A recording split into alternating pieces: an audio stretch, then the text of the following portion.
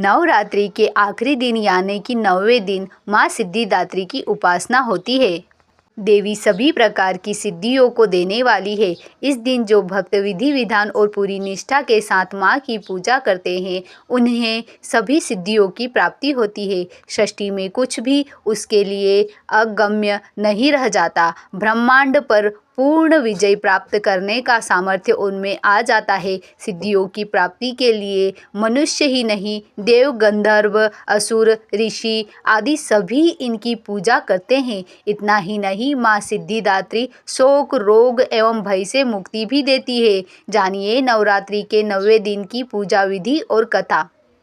पूजा विधि। दुर्गा पूजा में इस तिथि को विशेष हवन किया जाता है। यह 9 दुर्गा का आखिरी दिन भी होता है, तो इस दिन माता सिद्धिदात्री के बाद अन्य देवताओं की भी पूजा की जाती है। सर्वप्रथम माता जी की चौकी पर माँ सिद्धिदात्री की तस्वीर या मूर्ति रखकर आरती और हवन किया जाता है। हवन करते वक्त सभी देवी देवताओं के नाम से आहुति दी जाती है। बाद में माता के नाम से आहुति देनी चाहिए। दुर्गा सप्तशती के सभी श्लोक मंत्र रूप में हैं, अतः सप्तशती के सभी श्लोक के साथ आहुति दी जा सकती है। देवी के बीज मंत्र ओम ह्रीं क्लीं चामुंडाय विच्चे नमो नमः से कम 108 बार आहुति दे। भगवान शंकर और ब्रह्मा जी की पूजा के बाद अंत में आरती करनी चाहिए। हवन में जो भी प्रसाद चढ़ाया जाता है उसे समस्त लोगों में बांटना चाहिए। माँ सिद्धिदात्री की कथा। देवी पुराण में ऐसा उल्लेख मिलता है कि भगवान शंकर ने भी उन्हीं की कृपा से सिद्धियों को प्राप्त किया था। ये कमल पर आसीन है और केवल मानव ही नहीं बल्कि सिद्ध, गंधर्व, यक्ष, देवता और असुर सभी इनकी साधना करते हैं। संसार में सभी वस्तुओं को सहज और सुलभता से प्राप्त करने के लिए नवरात्रि के 9वें दिन इनकी पूजा की जाती है। भगवान शिव ने भी सिद्धिदात्री देवी की कृपा से तमाम सिद्धियां प्राप्त की थी। इस देवी की कृपा से ही शिव जी का आधा शरीर देवी का हुआ था। इसी कारण शिव अर्धनारेश्वर नाम से प्रसिद्ध हुए। इस देवी का पूजन, ध्यान, स्मरण हमें इस समय संसार की असारता का बोध कराते हैं और अमृत पद की ओर ले जाते हैं।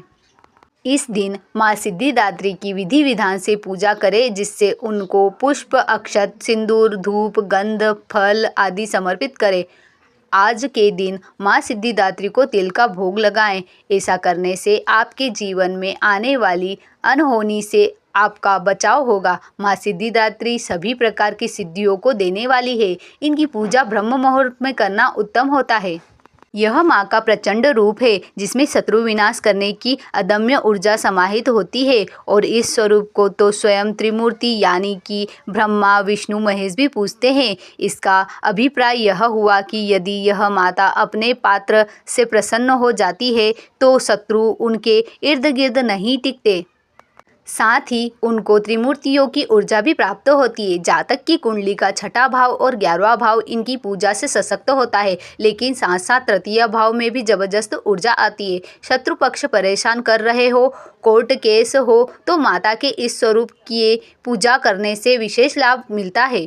माँ सिद्धिदात्री माँ दुर्गा का 9वां स्वरूप है। सिद्धिदात्री का अर्थ है सिद्धि देने वाली माँ।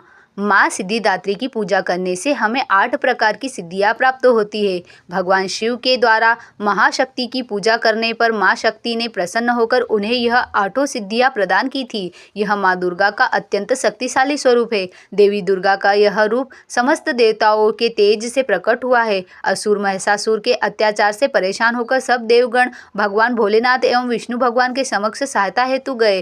तब वहाँ उपस्थित सभी देवगणों से एक एक तेज उत्पन्न हुआ। उस तेज से एक दिव्य शक्ति का निर्माण हुआ जिन्हें सिद्धिदात्री के नाम से जाना गया। बोलो जय माँ सिद्धिदात्री की।